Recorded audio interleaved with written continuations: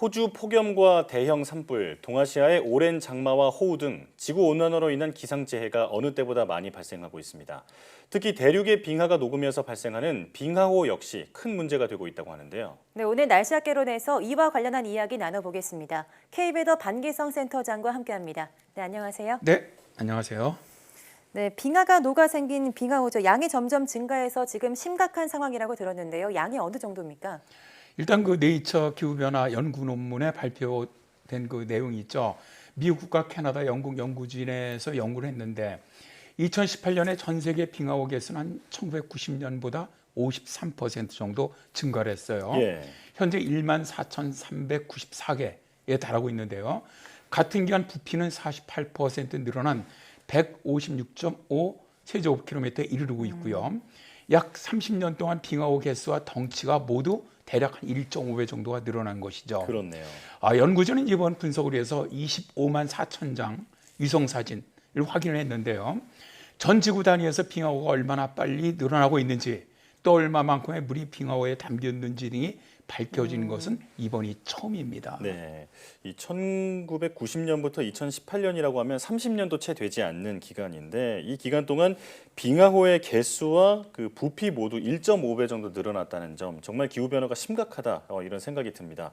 자, 이렇게 빙하호가 갑자기 증가하는 이유가 지구온난화 때문이라고요? 네, 그렇습니다. 일단 뭐 이 빙하호는 스칸디네비아 반도라든가 아이슬란드, 남미, 러시아, 캐나다, 네팔 그러니까 이게 뭐냐면 빙하가 있는 곳이라면 어디서든지 매년 증가하고 있는데요. 그 이유는 가장 중요한 건 기후변화죠. 예. 지구의 평균 표면 온도는 산업화 이전 시기보다 섭씨 1도 정도 상승을 했지만 전 세계 산악지대는 2배 이상 빠른 속도로 지금 따뜻해지면서 빙하가 녹는 속도가 굉장히 빨라졌기 때문인데요. 예. 네팔 정부의 연구 관계자는 네팔의 더 높은 산에서 빙하 지역들이 계속 줄어들고 있다. 네. 빙하 면적이 줄어든다는 것은 결국 빙하가 흘러내리거나 빙하 호수가 만들어지면서 물이 어디인가에는 갇혀 있다는 것을 의미한다라고 말했는데요. 자, 이제 문제는 기후변화로 인해서 빙하의 형성 속도가 인간의 대응 속도를 뛰어넘을 가능성이 굉장히 높다는 겁니다. 네. 이건 이제 김백민 부경대 환경대교학과 교수는 한 번 빙하호가 증가하기 시작하면 걷잡을 수 없는 상황이 될 수 있다. 지난 30년 동안 1.5배 늘었다면 향후 30년 동안 10배 이상 늘어날 가능성이 크다라고 말합니다. 예. 네, 방금 지난 30년 동안 1.5배 이상 늘었다 이런 식으로 말씀을 해주셨는데 그럼 빙하호가 급격히 늘어나고 있는 건데 구체적인 숫자로는 어느 정도 늘어난 겁니까? 2020년 1월이었죠. 유엔 개발 계획은 힌두쿠시 또 히말라야 지역에 3,000개 이상의 빙하호가 만들어졌고 이 중 33개가 700만 명을 위험에 처하게 할 수 있다라고 경고를 했는데요. 예. 자, 이제 이들은 현재 빙하호 용적은 스위스 제네바 호수의 2배에 해당하는 152방킬로미터 이상이다라고 말하고 있는데요. 빙하호에 대한 가장 많은 연구가 이루어지고 있는 것이 히말라야 산맥이고요. 또 네팔이 주도적인 역할을 지금 하고 있습니다.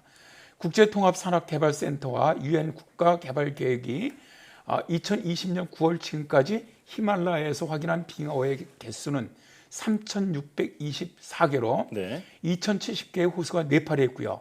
1,509개가 중국 타리에 있고요.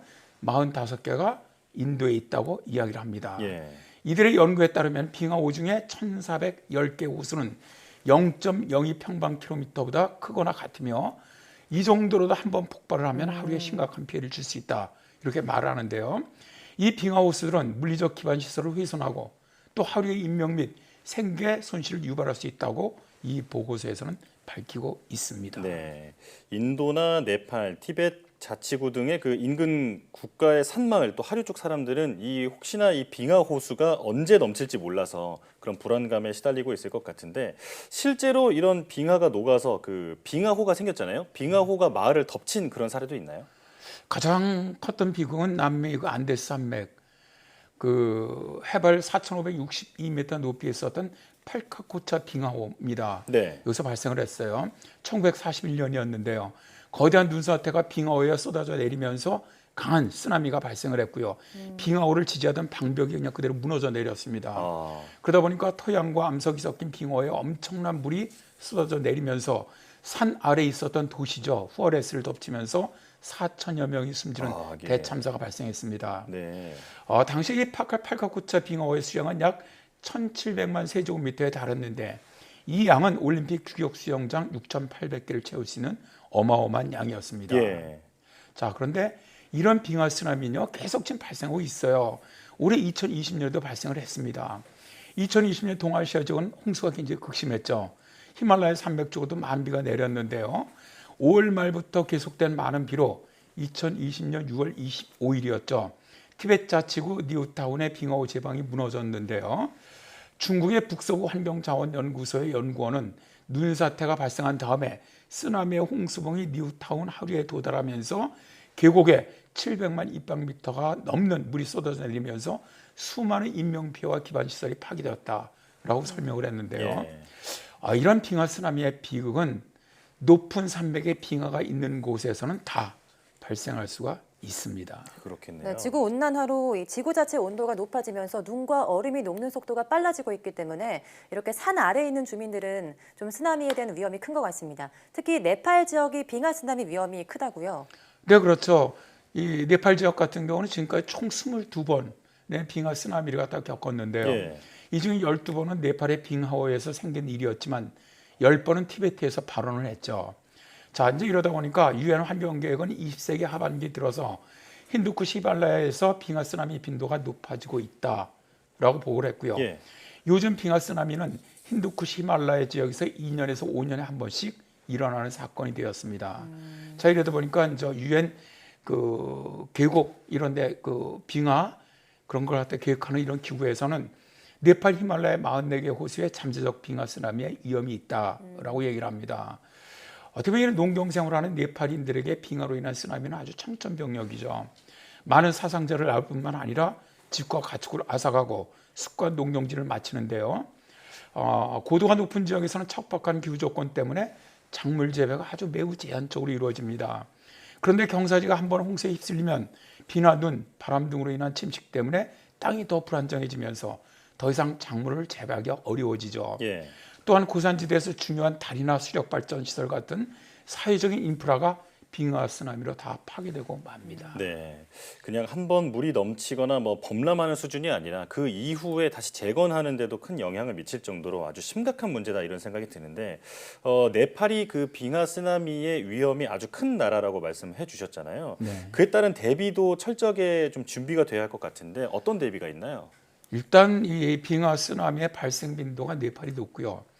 또 사실 앞으로도 기후변화 위협을 받고 있는 국가지만 사실 보면 네팔의 대비는 좀 허술합니다. 아, 예.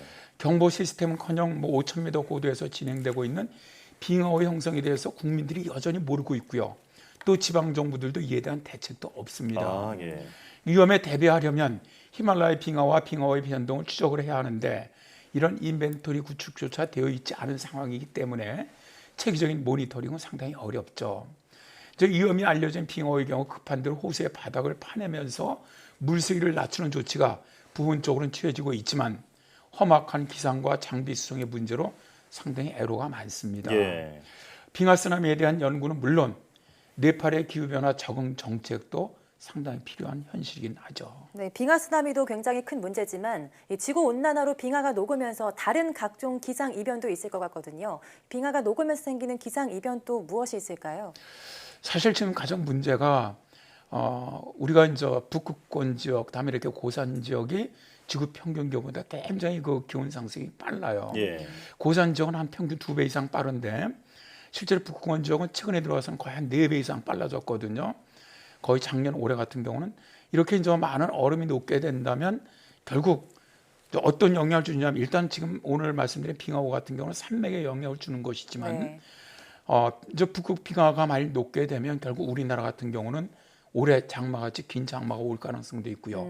또 폭염이 올 가능성도 있고요. 예. 겨울에는 혹한이 올 가능성도 있고요. 이 미세먼지 농도가 굉장히 높아질 가능성도 있어요. 왜냐하면 결국 굉장히 북극 쪽이 따뜻해지면서 빙하가 많이 녹게 되면은 결국 제트기가 자꾸 사용을 하거든요. 예. 그래서 우리나라 쪽 찬 공기 내려오면 올 여름 같이 차가워지는 것이고 만약 우리나라 쪽으로 뜨거운 그런 네. 공기가 내려온다면 굉장히 폭염이 오는 것이고요. 또 그렇게 되면은 굉장히 바람대약해지기 때문에 미세먼지도 굉장히 고농도가 발생할 가능성이 높습니다. 예. 그래서 이 기후학자들은 지금 사실은 지구에 있는 얼음, 네. 이 녹는 것이 정말 심각하다 그렇게 얘기를 하죠. 뭐 사실 이런 것뿐만 아니고 당장 이런 특히 이렇게 산악 쪽에 있는 빙하들이 녹게 되면 해수면 상승에 가장 많은 예. 영향을 주거든요. 그런 피해까지 있기 때문에 사실은 상당히 그 기후 변화에 대응하기 또 어려운 부분이 그런 부분인데 사실 문제라고 저는 봅니다. 예. 자, 추가적으로 하나만 더 질문을 드리면 그 북극권의 기온이 관측 이래 다른 지구의 평균 기온보다 2배 정도 빠르게 상승하고 있다 이런 보도도 최근에 있었습니다. 자, 앞으로 이런 빙하호 문제라든지 그 기후 온난화 문제라든지 어떻게 진행될 거로 보세요? 이미 이제 많은 기후학자들은 거의 이제 기후 이탈이 2030년경에는 접어들 것이다라고 봅니다. 기후 이탈이라는 게 뭐냐면은 자 이제 인류가 이 기후를 갖다 통제할 수가 없는 아, 이제 네. 순간입니다. 예상할 수 없는 통제도 수준이라고요? 못하고 네. 이제 그때서부터 이제 정말 우리가 상상할 수 없는 이런 기상 재앙들이 굉장히 빈번하게 나타날 거로 보거든요. 예. 그렇다면 지금서부터 10년 정도 보고 있는데 왜 이렇게 보느냐 하면은 이게 작년서부터 이 북극권 지역이 지금까지는 한 2배 정도 높이 기온이 상승해 왔는데 예. 올해 같은 경우 거의 4배 정도 상승을 했거든요. 아, 네. 엄청 이례적인 네. 기온 상승을 보였습니다. 그러다 보니까 이제는 완전히 정말 우리가 인류가 예상할 수 없는 정도로 바뀌어 나가는 것이 아니냐.